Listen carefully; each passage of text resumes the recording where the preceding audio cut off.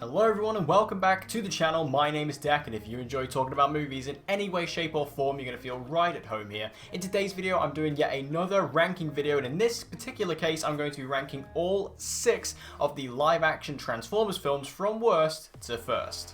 Now, please allow me to kick off this video just by doing a quick little warning at the beginning. These movies are all incredibly close to my heart. These are movies that I grew up with, particularly the first 3. So these films are very personal to me. They're films that I personally adore and love. So this is going to be a completely trash list. This is going to be the worst Transformers ranking you have ever seen, but this is just my personal opinion. So please be respectful of that and keep that in mind as you're watching this ranking. So kicking off my list at number 6 is Bumblebee, and instantly you can see what I'm talking about. So this list is going to start with Bumblebee because this movie I simply just don't have the connection to as the other films. It just isn't that movie for me. Bumblebee, while it does give me a lot of nostalgia just as a general Transformers fan, the first time I watched this film I actually cried due to the Cybertron sequences, which are absolutely phenomenal. I'd love to see a whole movie like that. But this film does feel lacking and doesn't have the same personality as the other films do, which makes it feel very strange to me, which it does make sense. This film is basically a reboot, but it still feels a bit strange at times. As much as I enjoy the character of Charlie, played by Haley Steinfeld, the rest of the characters in the movie, and particularly the human cast, just feel really one-dimensional and also kind of annoying. Whereas the other characters in the other movies, I never really got that from.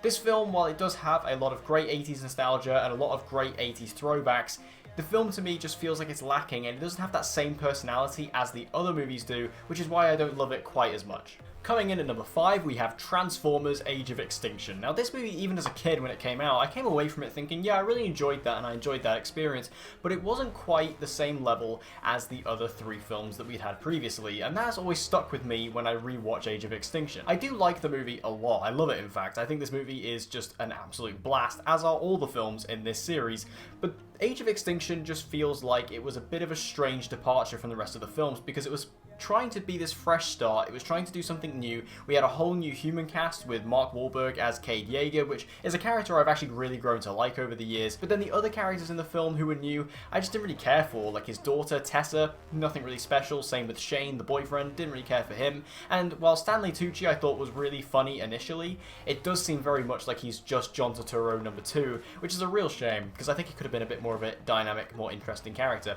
But even the Autobots, I didn't really care for this new cast of Autobots that we had either. We still had Optimus and we still had Bumblebee, but then Crosshairs, Drift and Hound didn't really do it for me in this movie. Hound is a character I've grown to like a lot more. Drift I think has massive amounts of potential, but they don't explore him, and Crosshairs just never really did much for me either. So I feel like that this movie was lacking in a lot of areas. However, I really enjoy the action in this movie. I think the locations are great. The Hong Kong setting for the final battle is perfect. I also really enjoy the villain of this movie. Lockdown I think is the best villain of the series, taking this Cybertronian bounty hunter who is not affiliated with either the Autobots or the Decepticons. I think was a really smart move, and it's a really cool story to tie him in with the humans. Even though the Galvatron element is a bit weak, especially the way it ties in, I don't really enjoy all that. For the most part, I still think this movie is awesome and has a lot of really fun moments to it, and even though it was a bit of a different departure, it's still an excellently fun movie for me. Coming in at number 4, we have Transformers, the one that started it all, and this movie is pretty well regarded actually. I think as time's gone on, this movie has gotten up in a lot of people's estimations, because this film, as a first attempt at making a live action Transformers film, I actually think is pretty damn good, especially when you finally get the introduction to the Transformers and we see the CGI for the first time, which, regardless of what you think about the Transformers movies, I think it's impossible to deny how incredible the CGI is in these films, particularly for the transformations themselves. And that initial scene we get when we meet the Autobots for the first time is absolutely mesmerizing. That first transformation of Optimus Prime is something that will always stick with me as a cinematic moment in history. I also just really love getting introduced to this world and these characters. You know, Shia LaBeouf as Sam Witwicky, he was always a big actor for me as a kid. I always just almost had like an action hero thing for Sam Witwicky, and this is where I was introduced to him. Of course, Megan Fox as Michaela as well, another great character who I've really enjoyed in these films. I just think that the first Transformers movie was a really good start. It really gave us an idea of what these films were going to be about, how it was going to focus on human characters, how it was going to focus on the military, and also how it was going to focus on these big battles at the end, which give you all the robo action that you need. So I feel like that this film was a really good start, and I think it really lends itself well to the Transformers series. Coming in at number 3, we have Transformers: The Last Knight.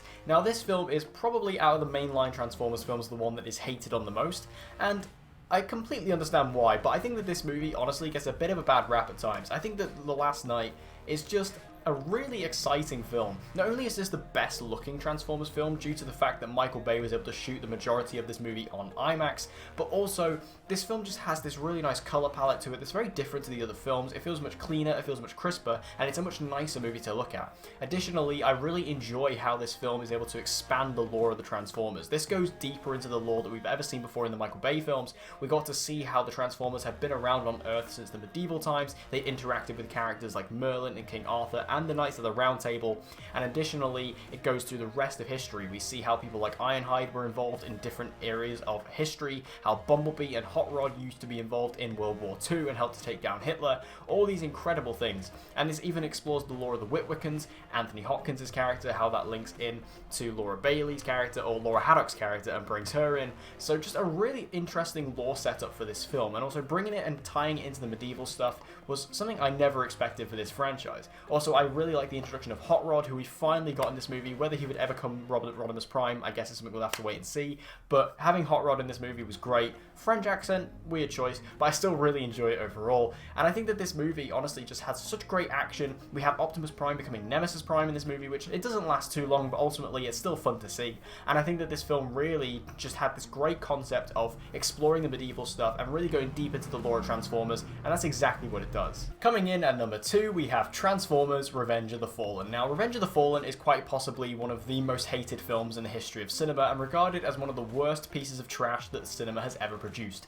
And Revenge of the Fallen is the movie that I have seen the most, it's the one that I grew up with the most, and it's the one that I regard sort of almost the most highly in a way, just because it's the one that I have definitely seen the most and have the most fond memories with. So why do I like Revenge of the Fallen so much? I don't really know, to be honest. I think it's just this film that, because I grew up with it, and it was a true sequel to Transformers, it was a true expansion upon it, it really was able to bring in a lot more new elements that were really exciting. Like, we got a whole new cast of Autobots in this, which expanded on the original cast. We got additions like Sideswipe, we got the twins, we got the RC triplets, we got a really cool range of new Transformers that we'd never seen before, and that was really exciting. Additionally, we also got a really cool new look at the Decepticons, particularly Devastator and the Constructicons, who were able to be introduced in a way that felt seamless and real, and then when you actually see Devastator, it is still one of the best things in the series. Also, the final action scene in Egypt is a really awesome one, especially because they tie it in with the Matrix of Leadership, having the Fallen using one of the pyramids as a way to destroy a sun.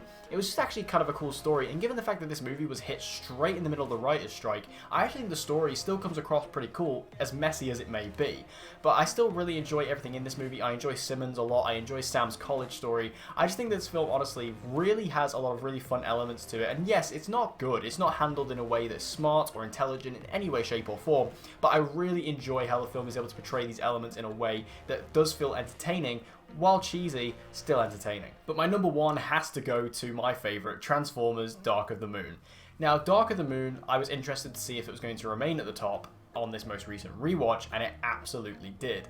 I love Dark of the Moon. This movie is just astounding as a Transformers movie, and I love it because of how dark it is. It's got dark in the title, so it makes sense.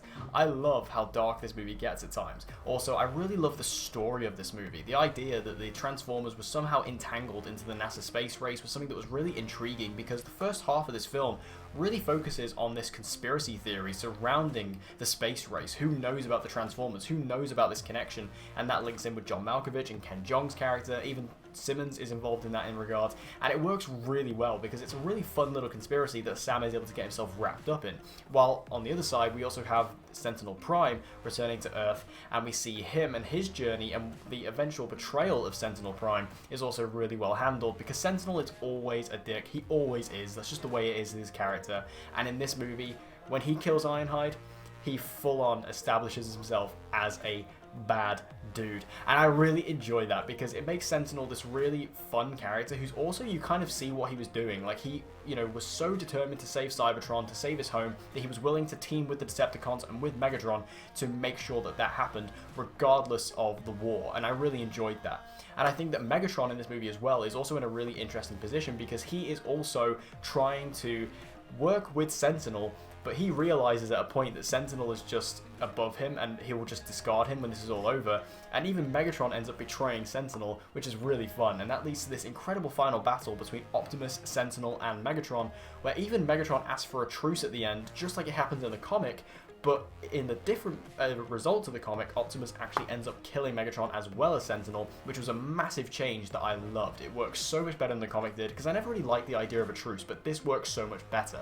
And I think that when you look at the movie as a whole, it's kind of split into two different films. Like I say, the first half you have this really fun, interesting conspiracy theory movie between the humans and the space race and how the Transformers were involved in that. And then also you have the second half of the movie where you have this big hour-long battle, which just gets increasingly exciting. And I really enjoy all the additions in this film. Like, we got the introduction of Dino, aka Mirage, who was just a fantastic addition to the Autobot cast. I'm so sad he was killed off in between 3 and 4, because he was such a cool character, such a cool addition, and such a cool car. You know, that Ferrari is beautiful.